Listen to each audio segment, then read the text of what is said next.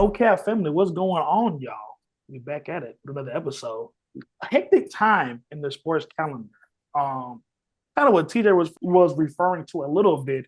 At least around this time, you got your options to which one to watch. Like for me, March Madness time, I kind of X out on the NBA basketball up until playoff time. Between the quality of basketball and the care, it just the college product. This is the 2 months out of the year we can actually care about college basketball. So I'm a college basketball guy during this time of year. I know Vance is too. TJ, a little bit more straight to the dome. You feel what I'm saying? But obviously, we're coming off Michigan is securing their second ever national championship in school history. Beating up Yeah, on man. UConn in the championship game.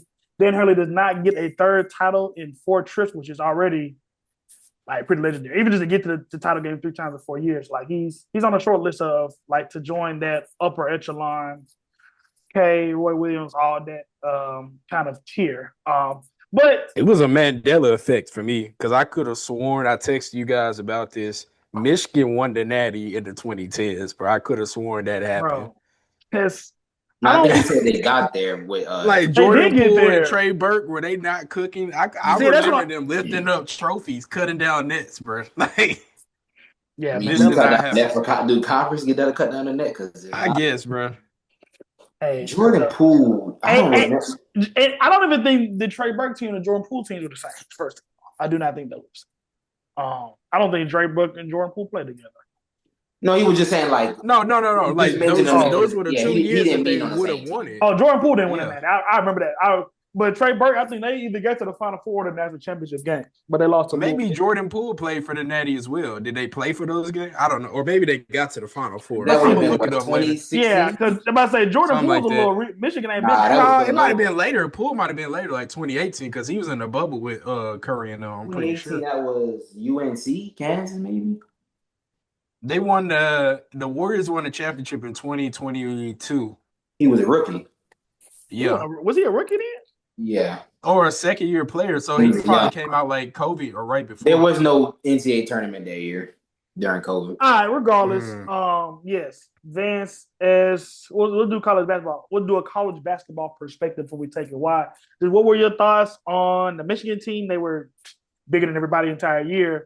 But yeah, what was your thoughts on that game and the Final Four? Just kind of some thoughts that you had as we crowned a champion in college basketball. I mean, if you watch the games at all, multiple times they mentioned Yaxel. He just picked up basketball seriously within the past, what, maybe 6, 7 years. Yeah, 2020 COVID, 2019. Yeah, but like he was at UAB for the past 2 years, dominating as a big man on the block.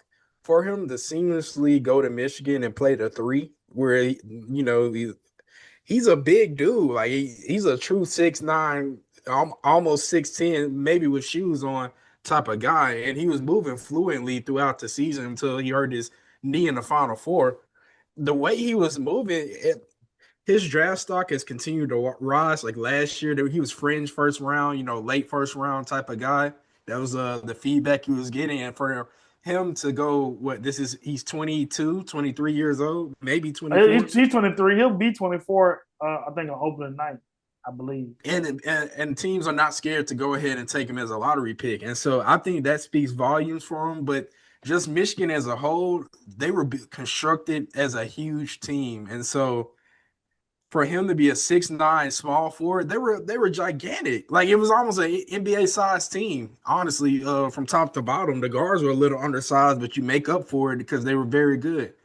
But that team was, very dominant. I would say that they compare well to other teams in the past that have won the Natty, like you said, the former UConn teams, even the Zach Edey Purdue team. When you think of teams in the 2020s, they stack up very well, and I could see them beating other championship teams from years past. So where do you rank this Michigan team? Because what do you rank this team amongst all-time champions, or even the past 10 or so? Because I had looked at it. It was a toss-up between Duke, Arizona, Michigan, for the best team in the country all throughout the year.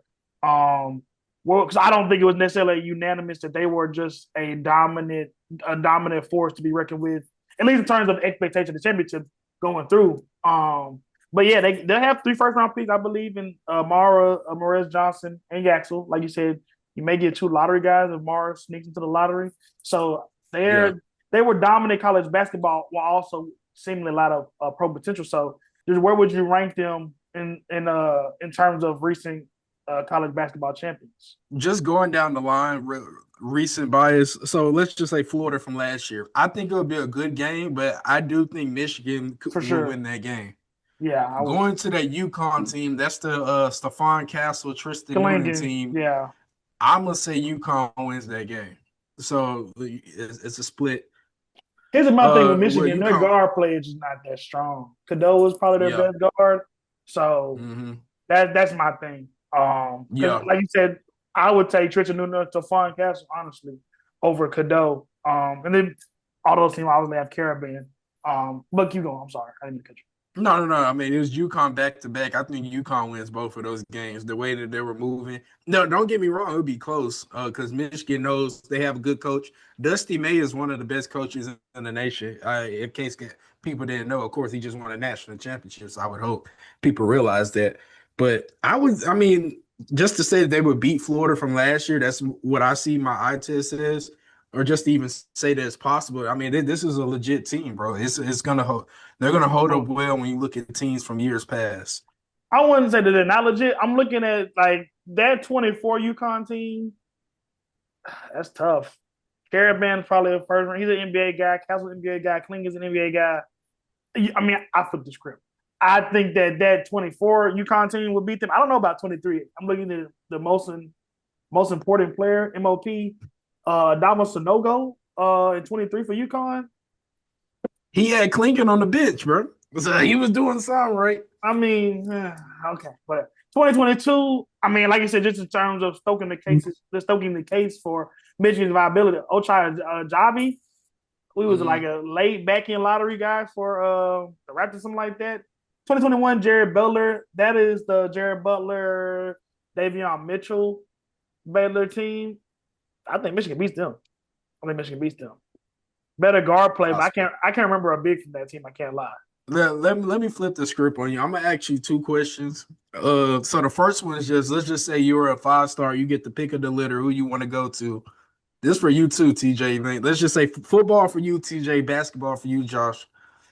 What school would you pick? No bias, like of course you want to play for the hometown team. Like if you were a 5-star and whatever your goals are, whether you want to be a champion, whether your goal is to go to the league, what school would you pick?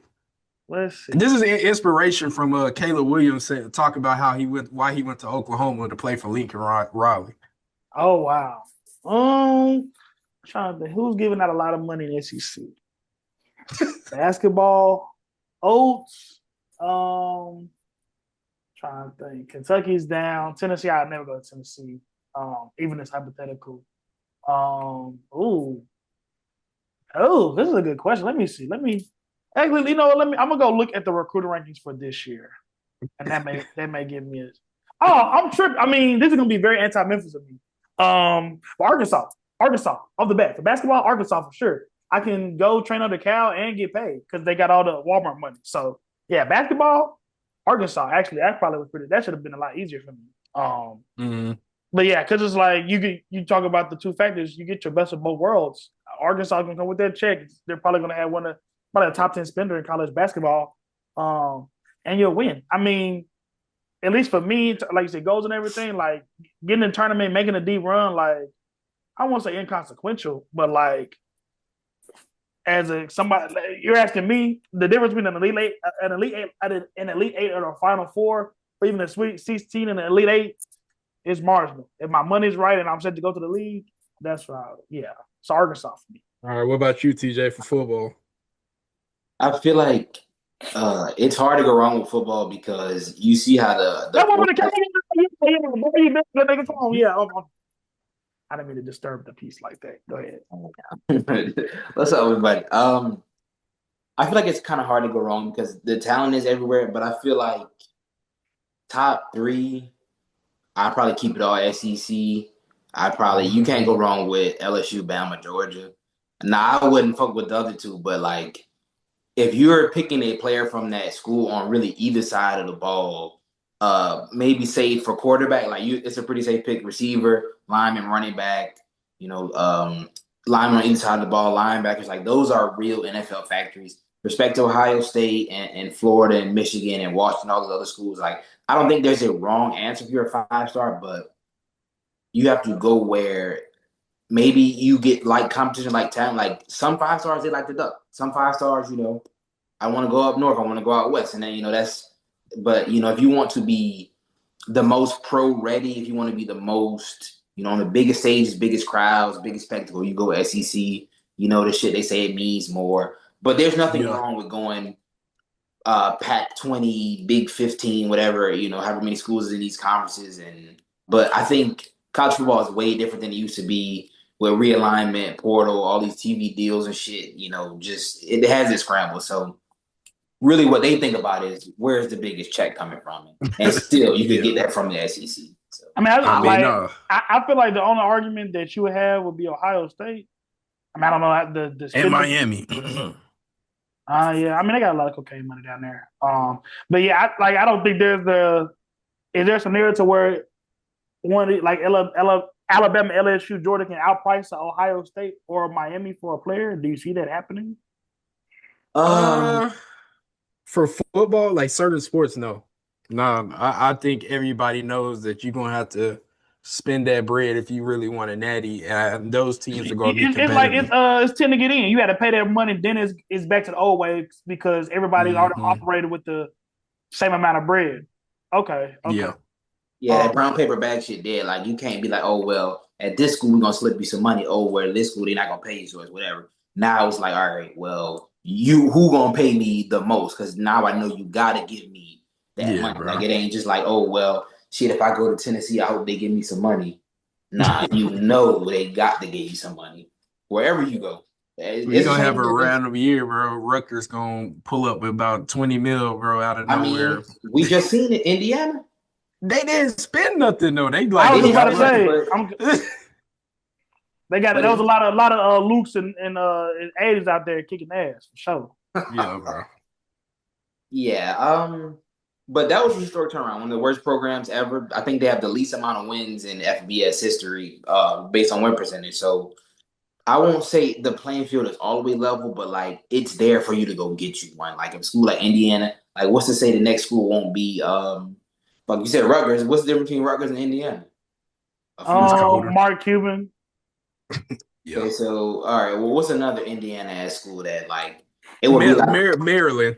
Yeah. Okay. Like a team like that. Like, I mean, it's just cut and dry, bro. Nowadays, like I mean, I was kind of joking, but like you gotta have a big alum or somebody big that's willing to foot that bill. Somebody that's like I got what's it called? I got an expendable $10 million and I want to see my favorite team or whatever become elite. Like that's what's gonna come down to. So I'm trying to think. I mean, you see Matthew McConaughey on the sideline of every Texas game. It's not like they necessarily needed the funding, but if they were ever down, he'll be there. I'm trying to think. Like, so really, I feel like that's what you can look at. Like, should you down there? What Master Peter head coach at what UNO? Like for a little bit or something like that. Like, yeah, you talking about back in the day. Like, so I mean, but like if somebody's coming with their bread, it's not like all the stuff that used to matter don't matter no more. Like it's straight cutthroat. Like so, yeah, I feel that's what I was looking.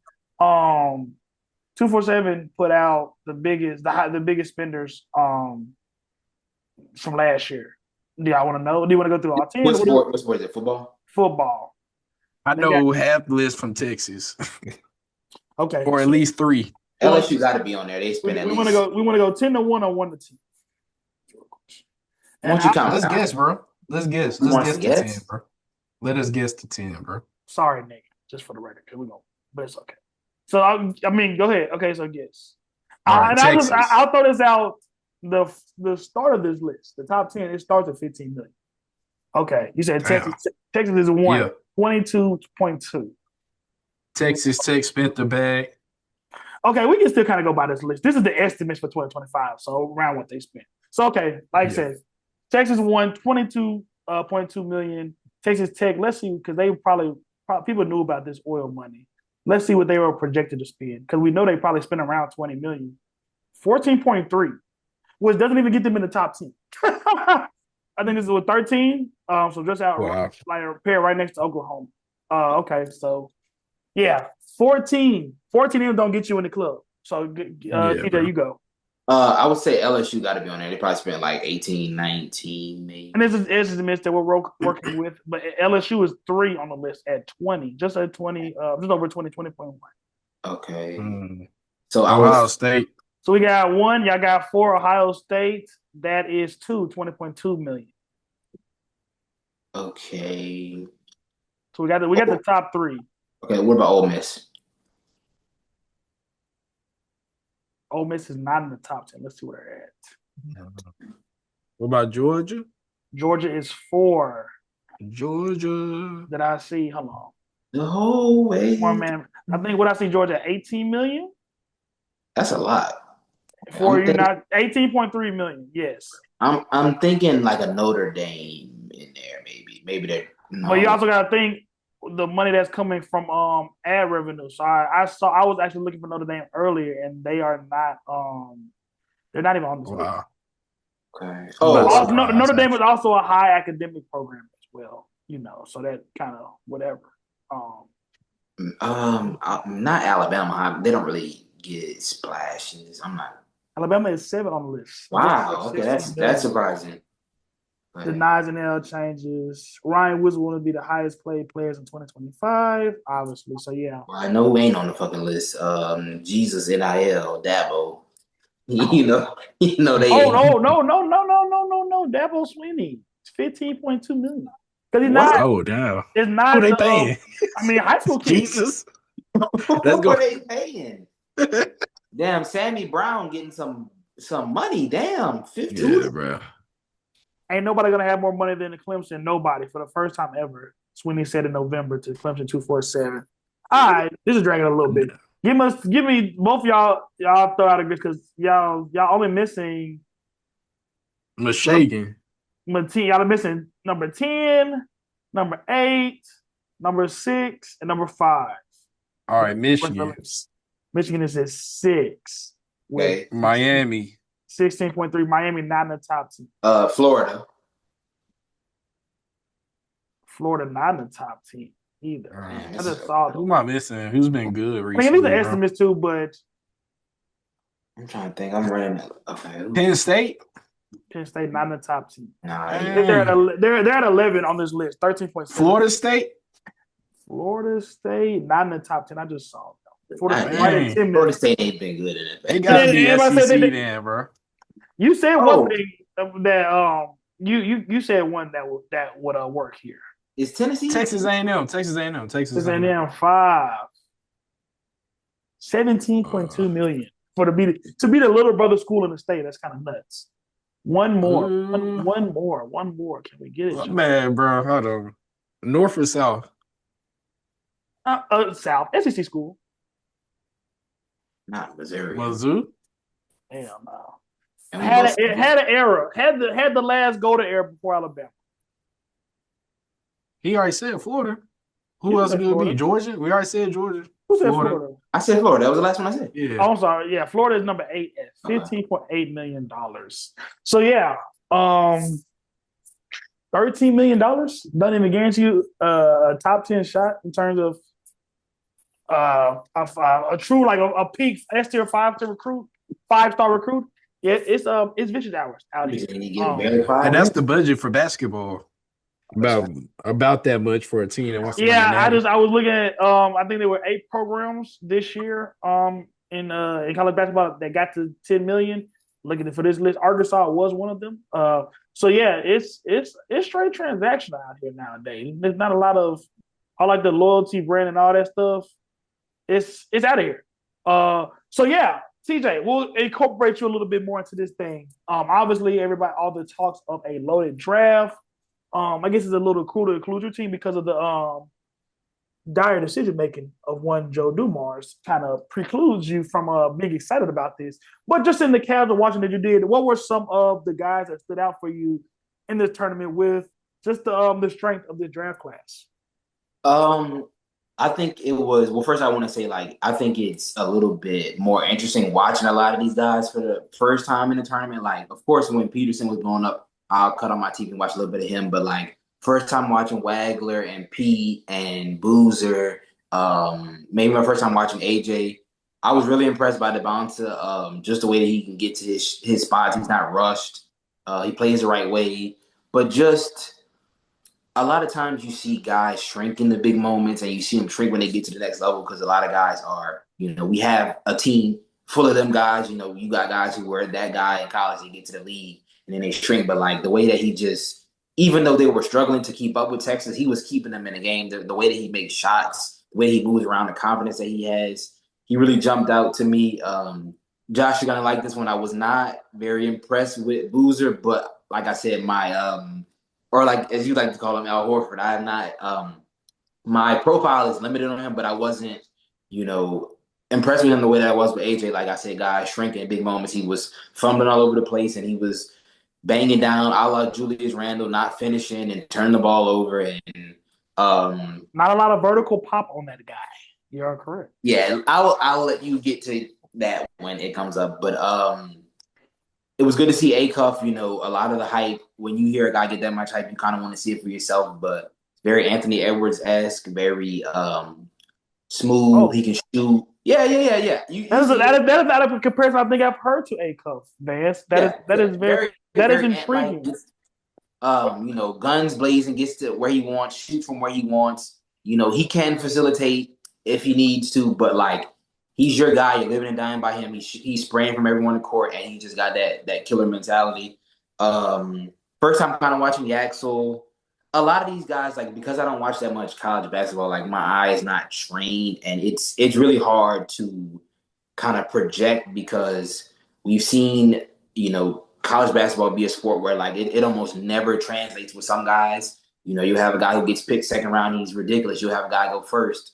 Reese Shea, he's horrendous. So no shade to him, but I know he didn't play college basketball, but it's hard for, someone who doesn't watch that much to be like, okay, yeah, this is a guy. But just some of the guys that I've mentioned, even if you don't, have that much knowledge about it, A-Cuff, AJ, I like what I saw from Yaxel, but just those two are the two that have stuck out to me. Just they seem to have a game that's going to be able to transcend more plug and play. Like they're just getting flat out buckets, and you don't always see that. You'll see guys in college average 8 points and get picked third, and we're like, well, he's a project, and he's the most pro ready, and the kid from UConn, what was his name, Braden Mullins. I hadn't even heard of him before the tournament, and now he's getting mocked 7 or 8. So that's kind of things that I see, like how we can get carried away in the tournament. But I'll leave that to y'all. Y'all can fuss about Al Horford Jr.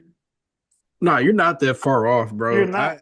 TJ, like I said, based on what you just saw on in the tournament, you mentioned AJ A-Cuff. Would those be your top 2 picks? I think AJ would be my top pick. I think he strikes me as a guy who every team should have room for, if that makes sense. Like, I know we look at some teams' rosters like, okay, well, they don't need a guard, so don't go get a guard. We don't need a forward. We don't need a center. But, like, I can't see a team in the NBA picking in the lottery, of course, in context, that can say, oh, well, we don't need him. We can't use him. Like, I think he is a player that you make room for.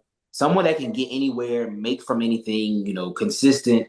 He rebounds, he passes, he shoots well. Like, that's timeless basketball that's easily transferable. So he is, to me, he's my one. He's got the alpha mentality. And I like to look for guys who kind of have that seamless transition from, high school to college. And a lot of times it happens to the pros. There's nothing against the diamond and the roughs, but like basketball is a sport where if your confidence is high when you're going into the draft, like that'll help you. If you're playing overseas, if you're playing other places, it's hard to kind of, keep that level of confidence. You don't know what it's going to be like. But if a guy is that guy in high school and he continues to be that guy in college, that's going to catch my attention. So I think AJ would be my number one, just based off of what I've seen. All right, go ahead, Vance. Go ahead.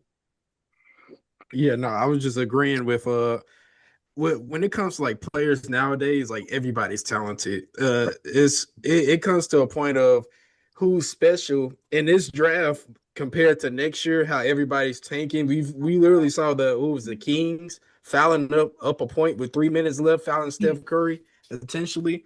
They're tanking because this class does have a lot of guys that can be special. It can go as deep as to maybe the 8th, 9th pick in this draft.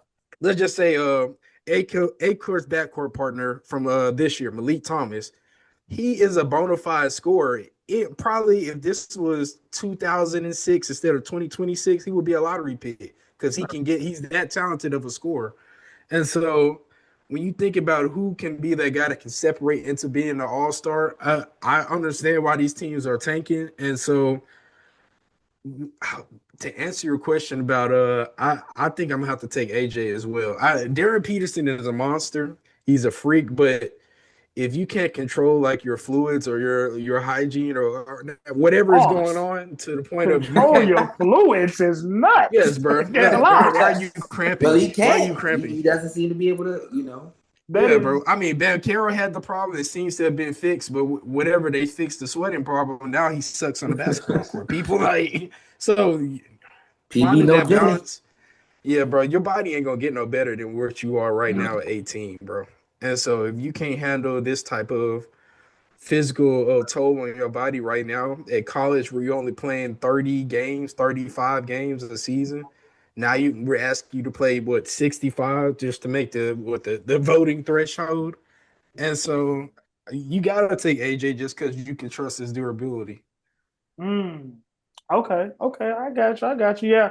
I mean, going into this season, like coming out of high school, AJ was kind of like TJ said, was kind of the chosen one. I did like the kind of consensus number one recruit in his class, freshman year, sophomore, junior year. Darren Peter definitely kind of came on the scene a little later. But their senior year of high school, they had a couple run-ins, head to heads where what Utah prep play prolific prepping. I think Darren dropped 60, I think, on AJ at one point. So the consensus had kind of flipped going into the year that Peterson was going to be the first pick. But yeah, I think AJ has kind of reclaimed that because of I think what TJ's assessment is right. That I think that that's a franchise wing. That's a guy that's a guy you put the ball. That's your Tatum. That's your guy. That's your star right there, and you can see that appeal. One guy that I do not see that appeal with. I'm interested to hear your take on this. Vance is somebody CJ said it denounced as my favorite. One Cameron Boozer. That is AP National Player of the Year, Cameron Boozer. I think the fifth freshman ever to do that in college basketball. Undeniable in terms of what he can do in the college basketball court. But I am just in a class this talented. Like if this is next year's class, he's an easy number one because I think if nothing else, he's gonna be a high floor. He's gonna be a solid starter. But when you have I look at this class, I see potentially 6 or 7 all stars, 7 or 8 all stars, really.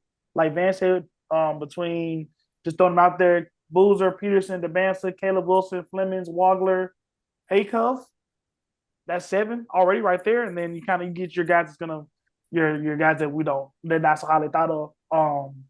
Yeah, I can't draft a guy that I think has a similar Al Horford, 1 or even 2, honestly, to me. But what's your take on Cam Boozer? Do you feel like I'm tripping? Do you think there's a high upside that I'm missing? What is your take on Boozer fans?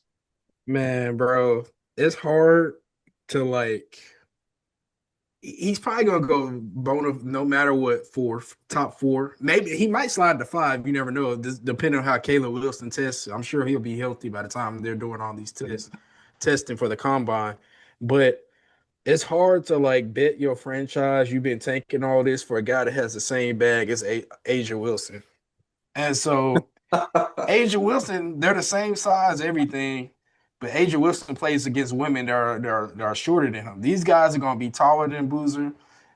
He can't be I don't think he can be a 5. I think he can be a 4. But like just watching it, I think he in the league, he might give you the same type of production of what we've seen from Angel Reese's little brother Juju Reese. I'm not trying to be funny. I just can't see him averaging 25 points a game in the NBA, which is not a problem though. Like he could have a Zach Randolph career in terms of like he's give you a solid 20 and 10 LaMarcus Aldridge type of career. He finds his life in the midi. He makes all his money there. But he is a physical player. He's not going to back down. He moves his feet defensively. But like, how pressed are we? Let's just say you have the 4th pick, you have the 5th pick. Boozer's right there. Why not trade down to like 10 or 11 to get Yaxel, bro? Are you really missing out on that much? Do you think Boozer's going to be that much of a star that you can't trade down? Or if that's the need, you don't need a guard. So he is a very good player. I think he'll make an all-star game in his career. Maybe I think 3 max. but I think he can still have a good career. Are Mm. you suggesting that women's sports are inferior to men? No, that's not what I Oh, said. I said they have the same play style, but Cameron Boozer's playing against yeah. guys that are 7 feet tall. Asia Wilson's playing against 5'10" women, 6'2", 6'3" women. Like, it's okay. She most of the time she's gonna be the tallest woman on the court, bro. That's Yeah. what I'm saying. Yeah. That boy's in school right now, TJ. Took you, yeah. Come on Well, now. I was asking. We're playing with, yeah. I'm no WNBA Glazer. Like we know my history, so I'm just no WNBA This is Glazer. getting I'm off Listen, no. track. bro. Okay, They just for just the had the record, same because bag, bro. Yeah. this is getting off track quick. Well, y'all, wow. Carlos Boozer made 2 All-Star teams and an All NBA third team in 2008, and obviously the games is super similar. Boozer can have that career. His son can have that career. Okay, I mean, I think not a trash the kid because I think he will be really good. I won't say he was a non-shooter in high school, but he's definitely improved as a shooter, catching, shooting, even off the dribble.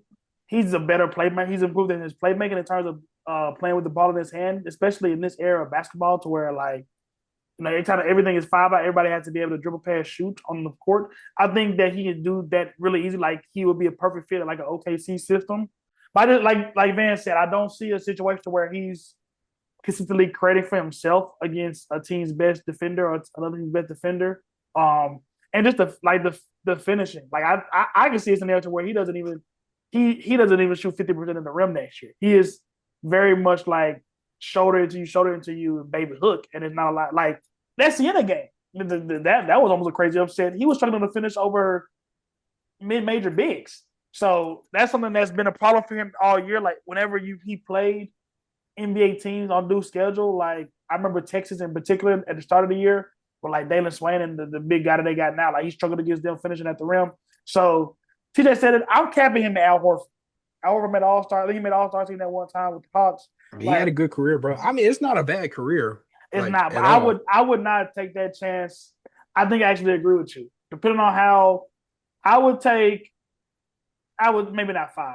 I would take Peterson and AJ over him. And depending on how your medical staff feels about Caleb Wilson, or even if you're a team that really needs a guard and you fall in love with a Fleming and A Cuff or a Walkler, I can see him going 4. I can see him going 4. Like, um, Well, keeping up with the draft, I'm just going to ask this last question. Cooper Flag, he's dropped a 50 ball, another high 40 piece the other day. Would he have gone number 1 in this draft? This is the draft he was supposed to be in. He reclassified. Would he have still gone number 1 this year, you think? Ooh, I think so. I think He would absolutely. have been sharing the reps with, of course, Boozer at Duke. I mean, I mean, your talent's going to shine, but do you think he would have went number 1? My bad, TJ.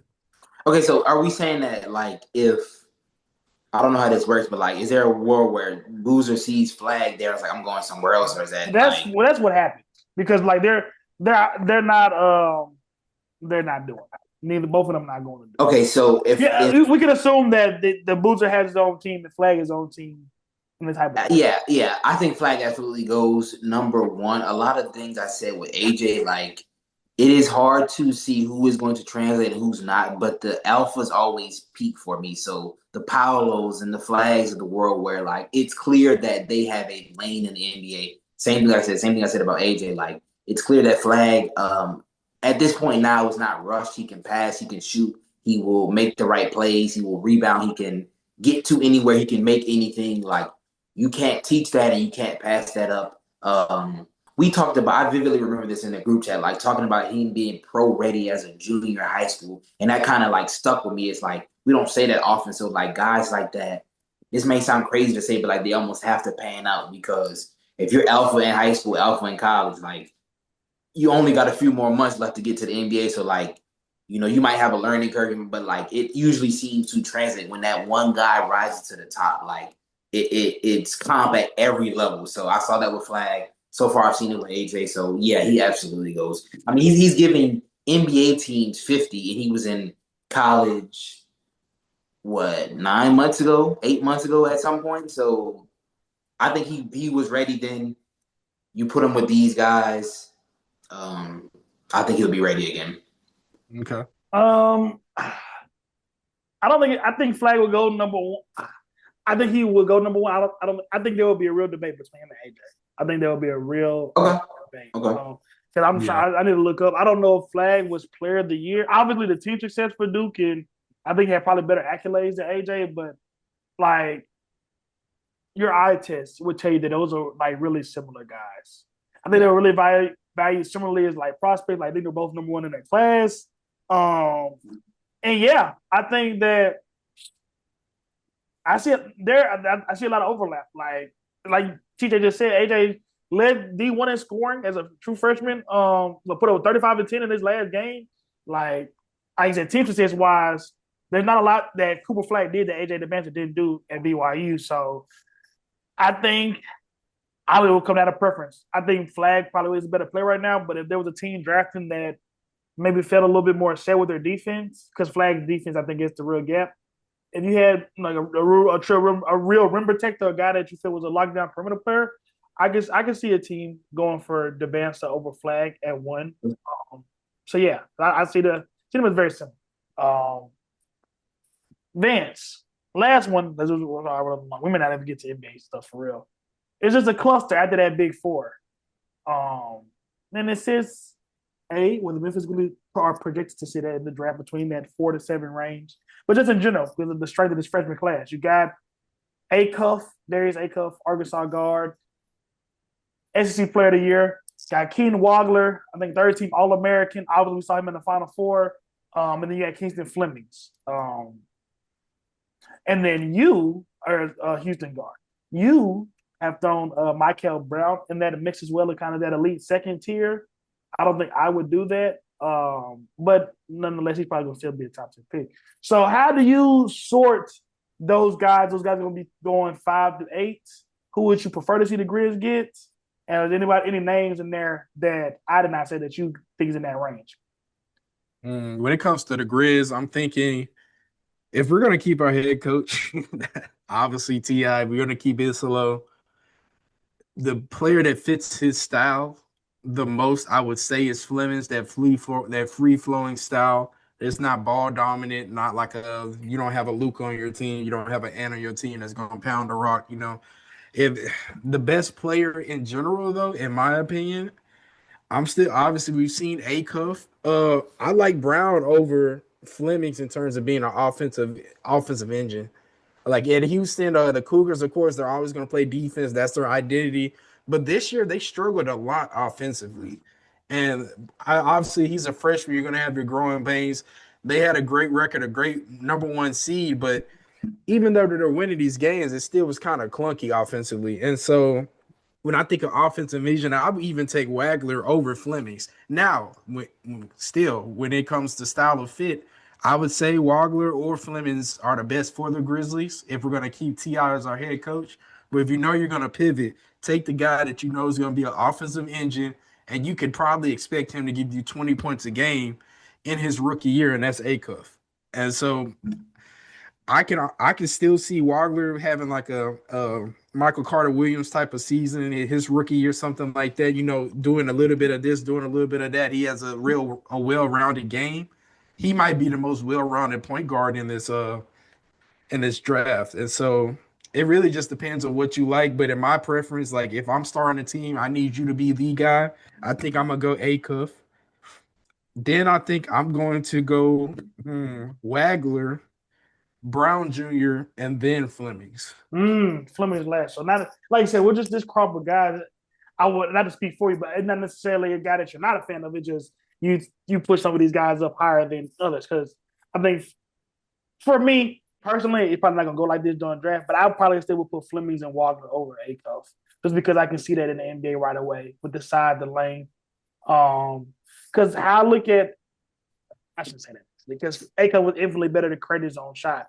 But in terms of just the speed getting downhill, Flemings has that. Acuff and Flemings are probably stride by stride, it's similar speed. And I think that translates right away in terms of getting downhill. So yeah, I would move Flemings up and drop Brown down. But yeah, I don't honestly for the Grizz, I don't think that is a bad choice outside of Michael Brown if you go top 7.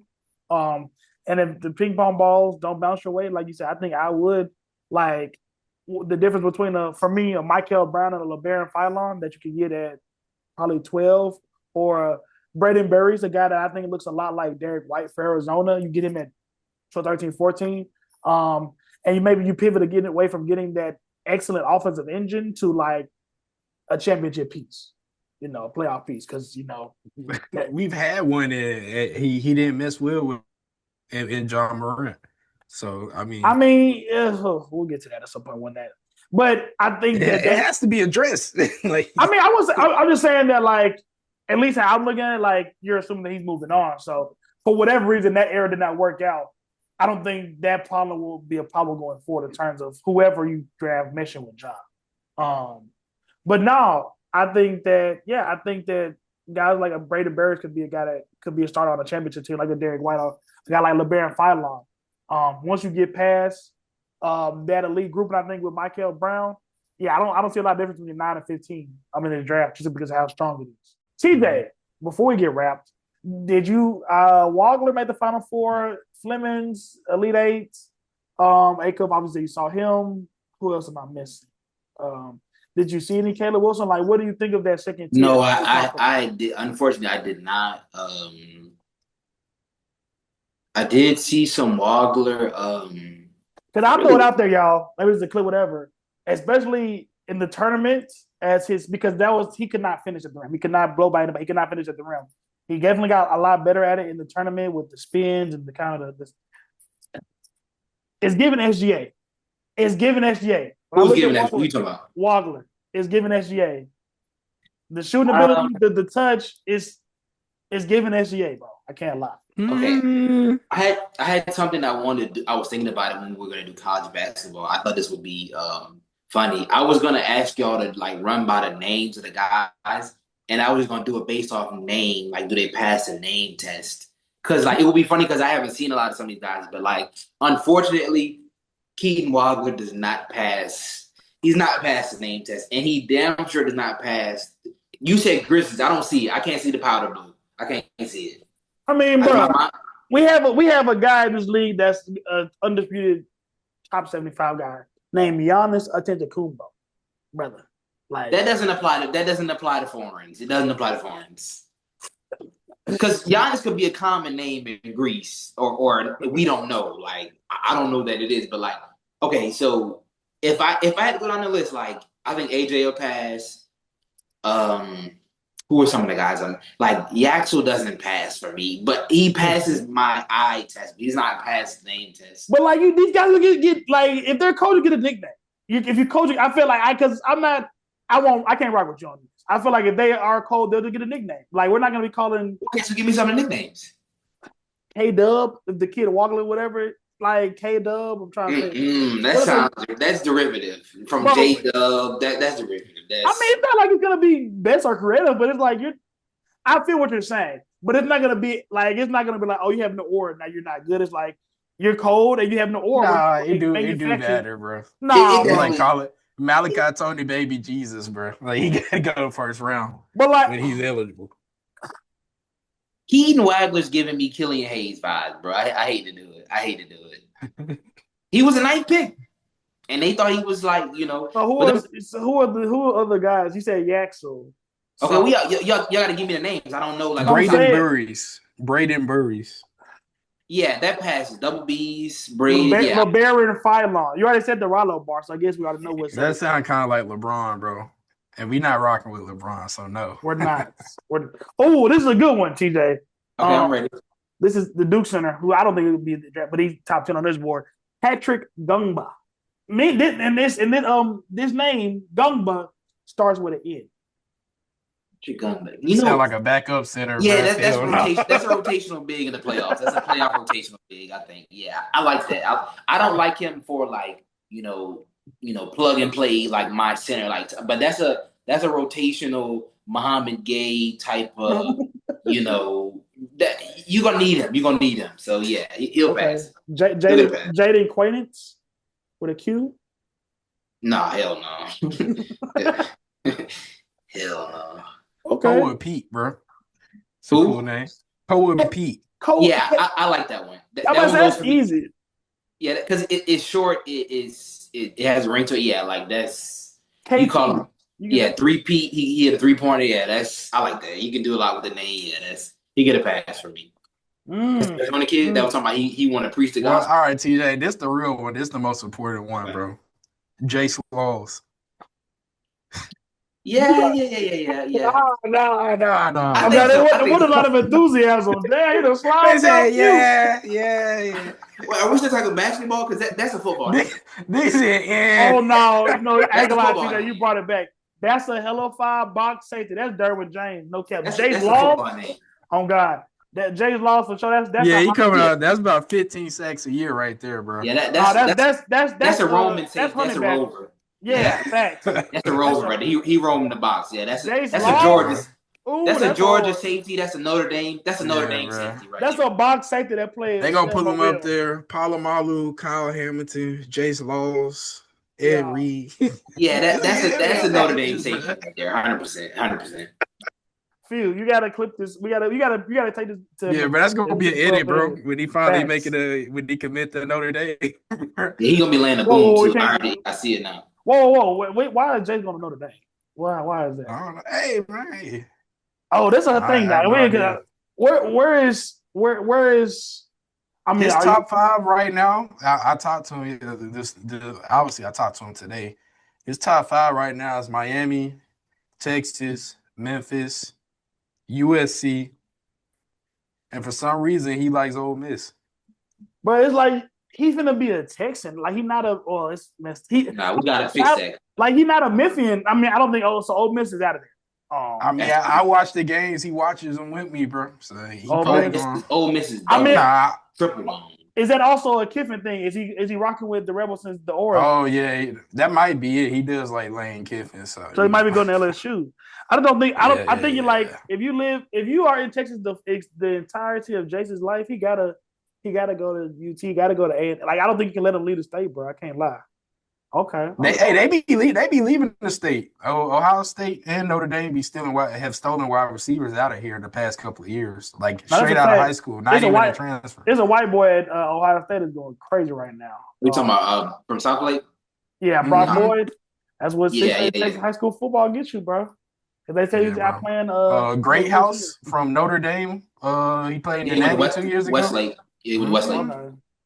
Okay. Yep. Nah. Him and that West leaving. Quebec. His running mate from high school don't play.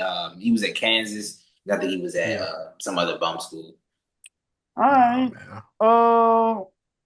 We did it. I mean, well, TJ, do you have or the Pels get a first round pick this year? We gotta get a pick in the first. Ooh.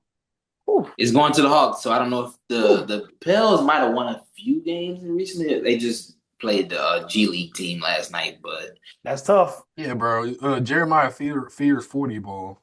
Yeah. I mean, I sent y'all to know that I had, so that was crazy. But yeah, John Contra. Yeah, come on, that bro. man. Y'all put up 150 though, so I'm like, y'all doing something. Look, bro, that should have been Vince Williams triple double, bro. We gonna pour one out for my boy. That was his triple double.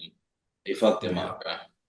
Josh Okogie, we don't fuck with you, bro. I mean, yeah, especially that's why you're hearing a lot of receivers.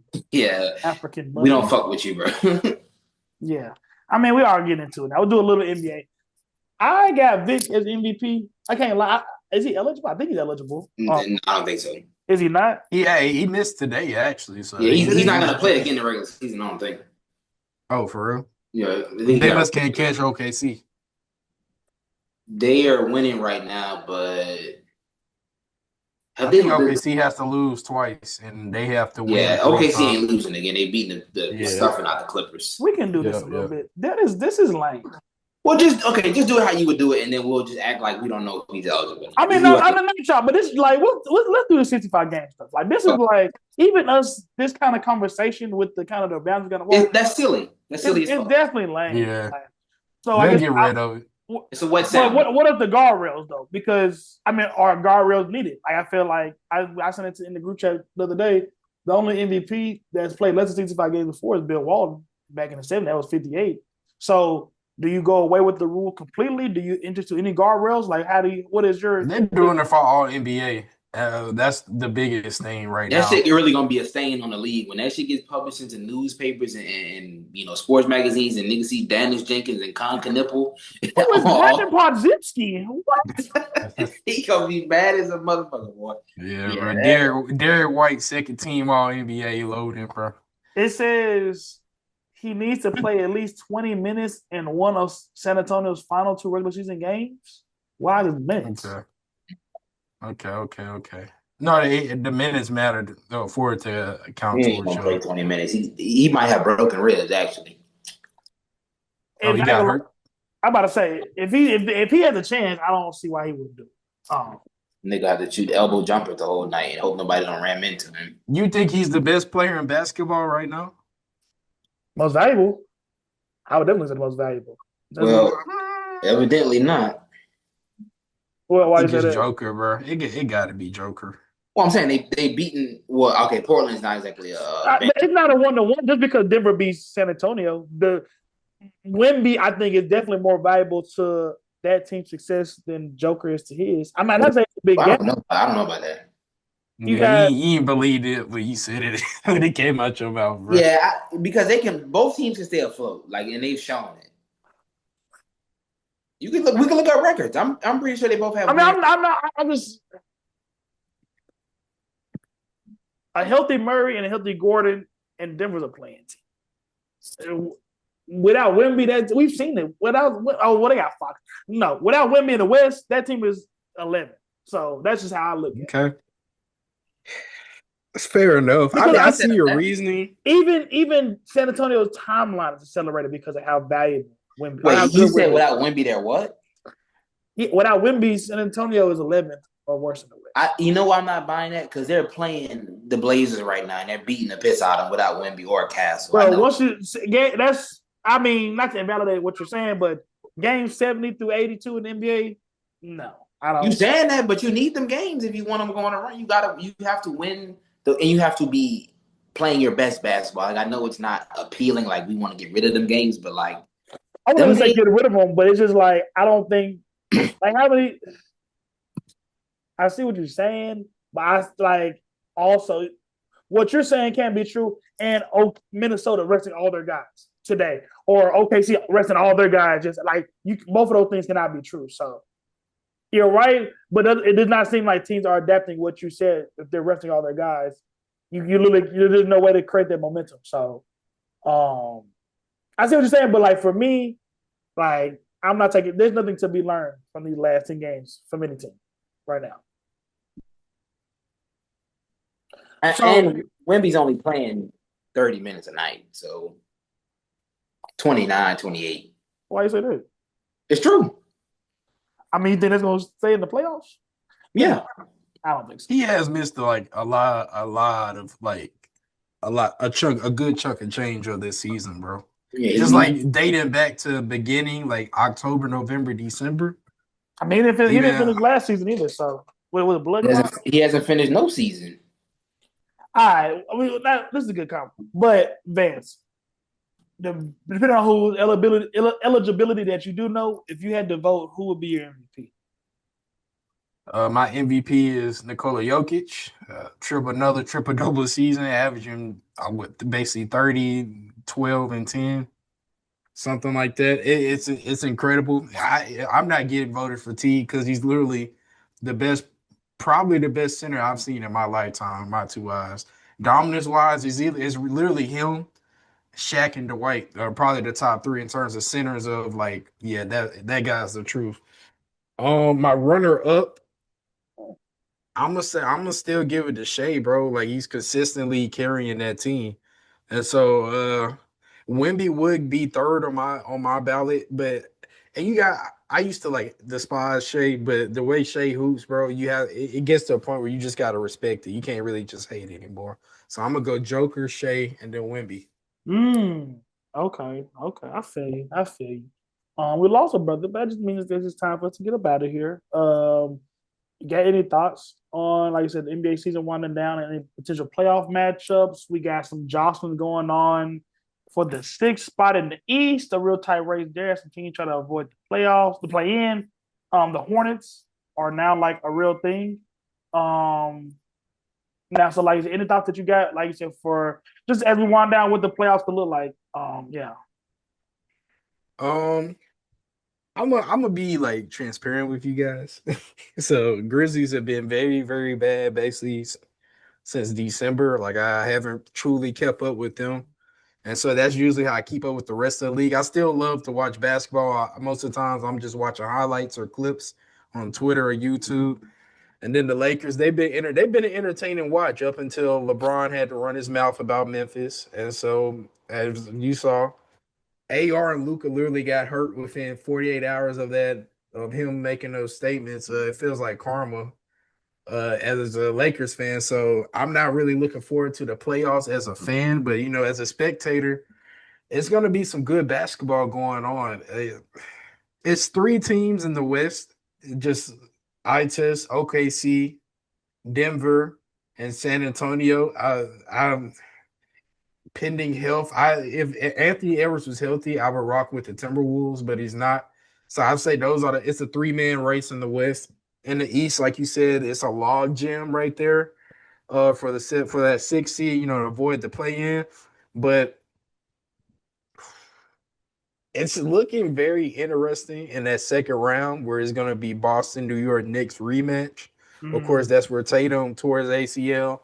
Oh no, towards Achilles in game was it game 7 actually, I I believe. believe it was, yeah. Yeah, so game 7 of it wasn't even the Eastern Conference Finals, it was the second round. And so, ooh, if they rematch again, you gotta say the Knicks are gonna be the favorite. I mean, it is Tatum 100%. You can't say that the team's gotten worse for Boston.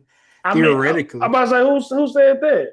Who was you get? theoretically, they I mean they retool, but like I mean style wise, I guess it still won't be a good match. The Knicks are still gonna be the same team. You're still playing the same style, I mean, but I just think that uh, I don't know. I don't know. It'll be good. That'll be.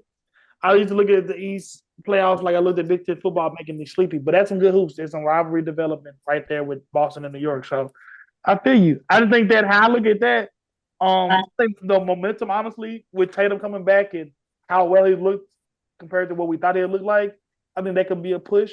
I mean, yes, the personnel on that Boston team last year maybe was better, but I think this Boston team this year is playing better. I think again, you're getting a better version of JB, you're getting a better version of White, getting a better version of Pritchard. So I would say maybe if last year's team was more talented, I think this year's team um, is playing better.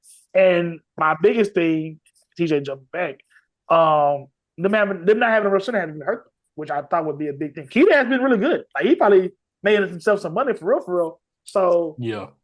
whoever's going to beat them will probably have to really like have a center that not only not only like a big center like a Mitch Robinson, but a center that can take advantage offensively of a mismatch like a Jokic. And for everything that Cat is, he's not that. He's not gonna take Kid on the block and expose that mismatch. So I think I would take Boston. I think I would take Boston. Mm, Potential playoff drought breakers. We got the Raptors. First time in the playoffs for a bit. The Hornets, obviously, they get into the play in, or they make it out the play in. And the Blazers, if they make it out the play in the West, although I don't see that really happening. Yeah. So I mean, I guess we got some potential new blood, a lot of the same blood. Anything else? Any other thoughts on potential playoff matchups or anything that you think in the East with that log jam? Katie's back tonight from his collapsed lung. So theoretically, they should be the team to beat in the East, but we just had a whole diatribe on Boston and New York, so it doesn't seem like we feel like that. yeah, no, I want to come back once the matchups are set for sure. I want to do a full rundown of just what's going on in the playoffs before it gets kicked off. I mean, it's a lot of stuff going on, like you said. NBA playoffs coming up.